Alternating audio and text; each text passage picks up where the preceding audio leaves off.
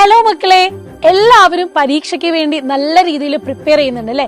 പക്ഷെ ഈ ഒരു സമയത്ത് തന്നെ നിങ്ങൾ നേരിടുന്ന വല്ലാത്തൊരു പ്രശ്നമാണ് ഈ ടെൻഷൻ എന്ന് പറയുന്നത് അല്ലേ?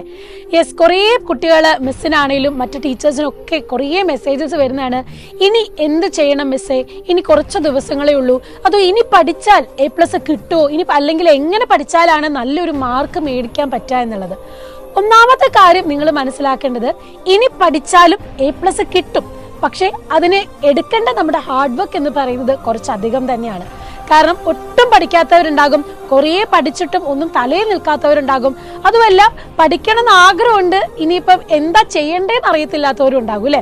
അപ്പോൾ ഓരോ വിഷയങ്ങൾ എങ്ങനെയാണ് എന്ന് നിങ്ങൾക്ക് ഓരോരുത്തർക്കുമാണ് അറിയാവുന്നത്, അതും വ്യക്തിപരമായിട്ട് രീതിയിൽ.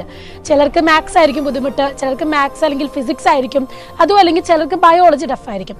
അപ്പം നിങ്ങൾക്ക് ഏതാണ് കൂടുതലായിട്ട് ശ്രദ്ധിക്കേണ്ടത്, മോഡൽ എക്സാം വരെ നോക്കുമ്പോൾ ഏതാണ് ഞാൻ കൂടുതൽ എഫേർട്ട് എടുക്കേണ്ടത് എന്ന് നിങ്ങൾക്ക് അറിയാവുന്ന സബ്ജക്റ്റിന് നിങ്ങൾ കൂടുതൽ സമയം കൊടുക്കണം. അപ്പം നിങ്ങളുടെ എക്സാം ടൈം ടേബിളിനെ പറ്റി വ്യക്തമായിട്ടൊരു ധാരണ നിങ്ങൾക്ക് വേണം. അപ്പം അതിൻ്റെ ടൈം അനുസരിച്ച് എത്ര ഗ്യാപ്പ് ഉണ്ടെന്ന് അറിഞ്ഞു വേണം നിങ്ങൾ എന്ത് ചെയ്യാൻ, ഓരോ സബ്ജക്റ്റിന് വേണ്ടിയിട്ടും ടൈം കൊടുക്കാൻ. ഇനി മറ്റൊരു ചോദ്യം നിങ്ങൾ ചോദിച്ചത്, ഇനി പഠിച്ചാൽ A+ കിട്ടുമോ എന്നുള്ളത് അല്ലേ? അപ്പം ബയോളജിന്റെ കേസിലാണെങ്കിൽ ഞാൻ പറയുന്നത്, നമ്മൾ ഈ ഒരു ബയോളജിന്റെ കേസിൽ കൂടുതൽ വെയിറ്റേജ് വരുന്ന ചാപ്റ്റർ അല്ലെങ്കിൽ കൂടുതൽ മാർക്ക് വരുന്ന ചാപ്റ്റേഴ്സ് ഉണ്ടല്ലോ, നമ്മൾ കൂടുതലായിട്ട് പറയുമ്പോൾ ചാപ്റ്റേഴ്സ് 1 മുതൽ 5 വരെയുള്ളത് നല്ല രീതിയിൽ ഫോക്കസ് ചെയ്ത് പഠിക്കേണ്ടതാണ്. അപ്പോൾ ഒരു A+ ലെവലിലേക്ക് നിങ്ങളുടെ ആൻസർ ഷീറ്റിനെ കൊണ്ടുവരണമെങ്കിൽ കുറേ കാര്യങ്ങൾ ശ്രദ്ധിക്കാറുണ്ട്. പഠിത്തം എന്ന് പറയുമ്പോൾ ആ ചാപ്റ്റേഴ്സ് മനസ്സിലാക്കി നിങ്ങൾ കോൺസെപ്റ്റ് നല്ല വ്യക്തമായിട്ട് ക്ലിയർ ആക്കുക. രണ്ടാമത്തെ കാര്യം എന്ന് പറയുന്നത്, ഇനിയുള്ള ഈ ഒരു കുറച്ച് സമയം നല്ല രീതിയിൽ പ്രീവിയസ് ഇയർ ക്വസ്റ്റ്യൻ പേപ്പേഴ്സ് നല്ല രീതിയിൽ സോൾവ് ചെയ്യുക എന്നുള്ളത് തന്നെയാണ്. അപ്പം നമ്മുടെ ലൈവിലും നമ്മുടെ കോണ്ടന്റ് വീഡിയോസിലൊക്കെ കിട്ടാവുന്ന അത്ര ക്വസ്റ്റ്യൻസ്, പ്രീവിയസ് ഇയർ ക്വസ്റ്റ്യൻസ് ആയാലും പലതരത്തിലുള്ള ആപ്ലിക്കേഷൻ ലെവൽ ക്വസ്റ്റ്യൻസ് ഒക്കെ നിങ്ങൾക്ക് പ്രൊവൈഡ് ചെയ്യുന്നുണ്ട്. അതൊക്കെ കണ്ട് തന്നെ എത്രത്തോളം നിങ്ങൾക്ക് ആ ക്വസ്റ്റ്യൻ ആൻസർ സോൾവ് ചെയ്യാൻ പറ്റുന്നു എന്നുള്ളത് നിങ്ങൾ നോക്കേണ്ടത്. അപ്പം മാക്സിമം അത് ചെയ്യുന്നതിനനുസരിച്ച് എന്ത് ചെയ്യാൻ പറ്റും, നിങ്ങളുടെ ആ ഒരു ലെവൽ നിങ്ങൾക്ക് കൂട്ടാൻ പറ്റും.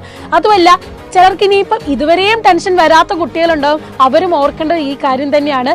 ഇനി സമയമില്ല, ഉള്ള സമയം നല്ല രീതിയിൽ നിങ്ങൾ ഫ്രൂട്ട്ഫുൾ ആയിട്ട് ഉപയോഗിച്ചാൽ അതിൻ്റെ റിസൾട്ട് നിങ്ങൾക്ക് ഉണ്ടാവും എന്ന് തന്നെയാണ്. അപ്പം എല്ലാ സബ്ജക്റ്റിനും അതിൻ്റെതായ സമയം കൊടുത്ത് നല്ല രീതിയിൽ ഫോക്കസ് ചെയ്ത് പഠിക്കുക.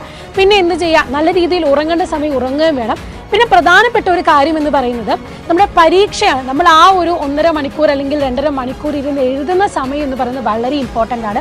അപ്പോൾ ആ ടൈമിൽ നിങ്ങൾക്ക് നല്ല രീതിയിൽ കോൺസെൻട്രേഷൻ കിട്ടണം, നല്ല രീതിയിൽ പോയിന്റ് ഔട്ട് ചെയ്ത് ആൻസർ എഴുതാൻ പറ്റണം, പഠിച്ചത് അവിടെ എഴുതാൻ പറ്റണം. അപ്പോൾ ഈ കാര്യങ്ങളൊക്കെ ചെയ്യണമെങ്കിൽ നിങ്ങളുടെ ഡെയിലി ലൈഫ് നല്ല രീതിയിൽ മുന്നോട്ട് കൊണ്ടുപോകണം. നല്ല രീതിയിൽ വെള്ളം കുടിക്കണം, നല്ല രീതിയിൽ ഭക്ഷണം കഴിക്കണം, ഫാമിലിയിൽ നല്ല ഒരു പോസിറ്റീവ് എനർജിയിലോടുകൂടെ തന്നെ നിങ്ങൾ എന്ത് ചെയ്യണം, എക്സാമിന് പോവുകയും വേണം.